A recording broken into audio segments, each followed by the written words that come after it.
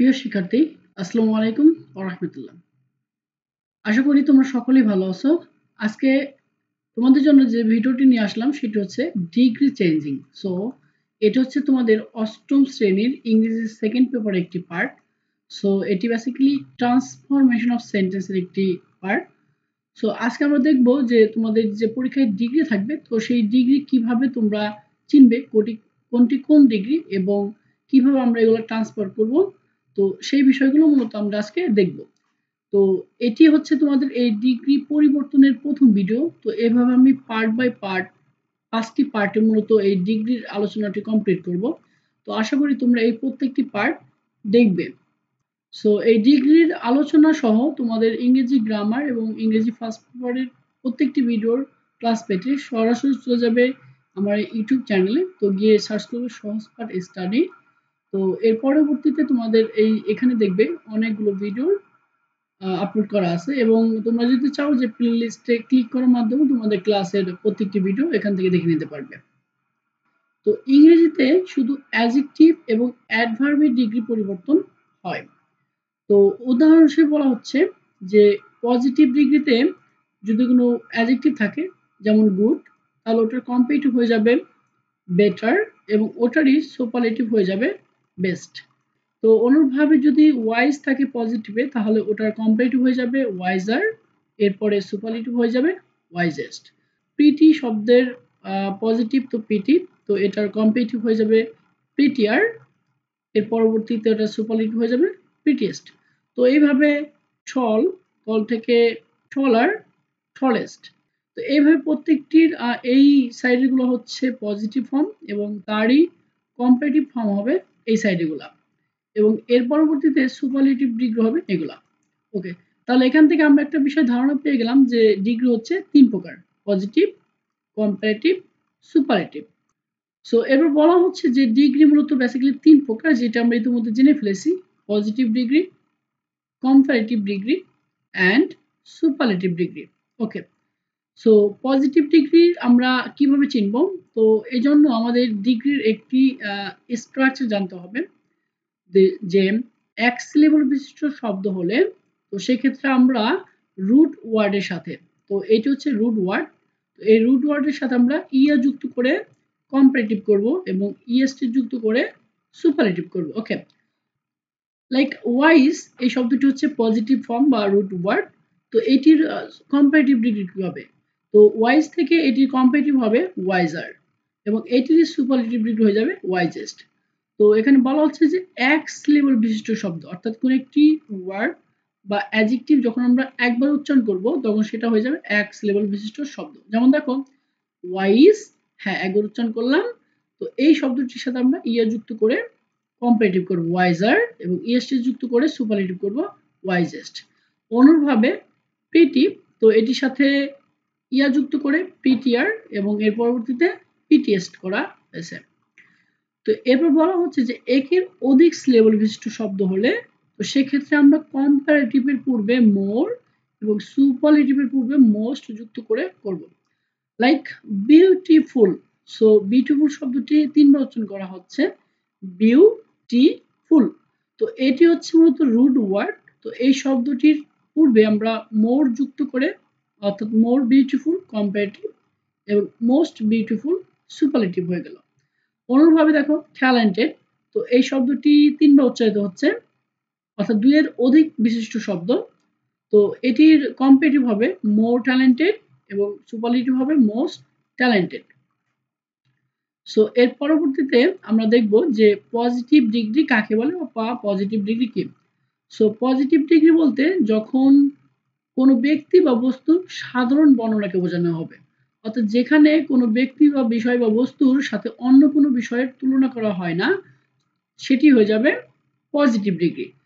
So positive ডিগ্রির structure হচ্ছে শুধু সাবজেক্ট থাকবে, এরপরে ভার্ব, এরপরে অ্যাডজেক্টিভের পজিটিভ ফর্ম। সো এর পরবর্তীতে এটির আরো একটি স্ট্রাকচার হচ্ছে সাবজেক্ট ভার্ব, এর পরবর্তীতে অ্যাডজেক্টিভের পূর্বে এ বা অ্যান আসবে, এরপরে অ্যাডজেক্টিভ, এর পজিটিভ ফর্ম, এবং তারপরে নাউন থাকবে। সো উদাহরণ হচ্ছে এই প্রথম স্ট্রাকচারের অনুসারে উদাহরণ হচ্ছে এটি, হি ইজ ওয়াইজ। হ্যাঁ, এ হচ্ছে সাবজেক্ট ভার্ব এবং এখানে ওয়াইজ হচ্ছে অ্যাডজেক্টিভ। ওকে, সো 2 নম্বর স্ট্রাকচারের হিসেবে উদাহরণ হচ্ছে he is a wise man. এখানে এ হচ্ছে আর্টিকেল, সো এই যে এ বা অ্যান, এরপরে ওয়াইজ হচ্ছে মূলত অ্যাডজেক্টিভের পজিটিভ ফর্ম এবং এর পরবর্তীতে ম্যান হচ্ছে নাউন ফর্ম। সো পজিটিভ ডিগ্রেশনার কিছু বৈশিষ্ট্য বা চিহ্ন হচ্ছে, তোমরা জাস্ট একটি মুখস্থ রাখবে, তাহলে তোমাদের এই পজিটিভ ডিগ্রি চিনতে অথবা পরবর্তীতে যখন আমি আবার দ্বিতীয় পার্ট নিয়ে আসবো তখন সেইখানে তোমাদের এই পজিটিভ ডিগ্রি কি সুপারলেটিভ ডিগ্রি কি এটি চিনতে সব থেকে বেশি সহজ হবে। সো পজিটিভ ডিগ্রি চেনার জন্য কিছু চিহ্ন বা বৈশিষ্ট্য হচ্ছে, শুরুতে নো আদার থাকবে, ভেরি ফিউ থাকবে, সো থাকবে, অথবা অ্যাজ থাকবে, অথবা সো ডট ডট অ্যাজ থাকবে। তো এই চিহ্নগুলো যে কোনো একটি থাকলে তোমরা সেটিকে বলে দেবে পজিটিভ ডিগ্রি। ওকে, সো এবার দেখি আমরা কম্পারেটিভ ডিগ্রি কাকে বলে। সো কম্পারেটিভ ডিগ্রি বলতে মূলত যেখানে দুই ব্যক্তি বা বস্তুর মধ্যে তুলনা করা বোঝাবে, যেমন she is better than Rumi. এরকম ভাবে যখন দুজন ব্যক্তির মধ্যে তুলনা করা বোঝাবে তখন সেটি হয়ে যাবে কম্পারেটিভ ডিগ্রি। সো কম্পারেটিভ ডিগ্রির স্ট্রাকচার হচ্ছে, শুরুতে সাবজেক্ট থাকবে, এরপরে ভার্ব, এরপরে অ্যাডজেক্টিভের কম্পারেটিভ ফর্ম থাকবে। অর্থাৎ একটু আগে যখন আমরা দেখলাম গুড, বেটার, বেস্ট, তো এখানে বেটারটি হচ্ছে কম্পারেটিভ ফর্ম। তো এর পরবর্তীতে থাকবে দেন এবং এরপরে অবশ্যই নাউনটি হবে সিঙ্গুলার। লাইক এক্সাম্পল হচ্ছে সীমা ইজ বেটার দ্যান শিলা। তো এইখানে দেখো সাবজেক্ট হচ্ছে সীমা, এরপরে ভার্ব হচ্ছে ইজ, এবং এই যে বেটার, গুড থেকে মূলত বেটার আসছে, তো এটি মূলত হচ্ছে কম্পারেটিভের ফর্ম। তো এর পরবর্তীতে দেন এবং সর্বশেষ হচ্ছে সাবজেক্ট শিলা। তো এটি হচ্ছে মূলত কম্পারেটিভ ডিগ্রি। আর একটি উদাহরণ হচ্ছে she is wiser than he. তো এখানে ওয়াইজার হচ্ছে মূলত অ্যাডজেক্টিভের কম্পারেটিভ ফর্ম। তো এর পরবর্তীতে দেন এবং শেষে অবশ্যই সাবজেক্ট আছে। তো কম্পারেটিভ ডিগ্রি চেনার কিছু চিহ্ন বা বৈশিষ্ট্য হচ্ছে, কোনো সেন্টেন্সের মধ্যে যখন দেন থাকবে, হ্যাঁ এই যে দেন, এর পরবর্তীতে লেস থাকতে পারে অথবা ইয়ার যুক্ত থাকতে পারে, হ্যাঁ এই যে ইয়ার রয়েছে, ইয়ার, এর পরবর্তীতে মোর থাকবে অথবা মোস্ট আদার অথবা অল আদার বা অ্যানি আদার।